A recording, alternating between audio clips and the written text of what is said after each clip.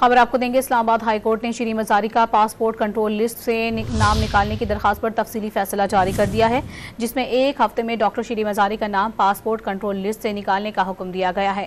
مزید تفصیلات حاصل کریں گے ڈان نیوز کے نمائندے عمر مہتاب برنی سے۔ جی عمر، بتائے گا مزید آپ۔ جی بالکل، اسلام آباد ہائی کورٹ کی جانب سے سابق وفاقی وزیر ڈاکٹر شیریں مزاری کا پاسپورٹ کنٹرول لسٹ سے نام نکالنے کی درخواست پر تحریری فیصلہ جاری کر دیا ہے۔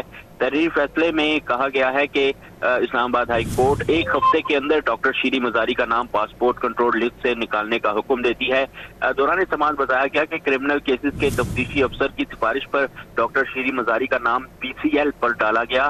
تفتیشی افسر سے اس حوالے سے ریکارڈ طلب کیا گیا تو وہ پیش نہ کیا جا سکا۔ عدالت نے ایڈیشنل اٹارنی جنرل سے استفسار کیا کہ اسلام آباد میں اور کتنے ملزمان کا نام PSL پر ہے۔ ایڈیشنل اٹارنی جنرل کے سوال پر کوئی جواب دینے میں ناکام رہے۔ تحریری فیصلے میں مزید کہا گیا ہے کہ 20 جولائی 2023 کا فیصلہ مقبول شیخ کی درخواست پر جاری فیصلہ بھی اسی نوعیت کا ہے۔ فیصل مقبول شیخ کیس کے فیصلے کو کہیں چیلنج نہیں کیا گیا، یہ فیصلہ حتمی شکل اختیار کر چکا ہے۔ عدالت میں سرکاری وکیل نے بتایا کہ ڈاکٹر شیریں مزاری نے گرفتاری کے بعد قانون کے مطابق ضمانت لی۔ ڈاکٹر شیریں مزاری کو 7 میں سے 5 مقدمات میں ضمانت ملی، جبکہ 2 مقدمات میں ڈسچارج کر دیا گیا۔ فیصلے میں کہا گیا ہے کہ درخواست گزار شیریں مزاری کسی مقدمے میں مفرور یا اشتہاری بھی نہیں ہے۔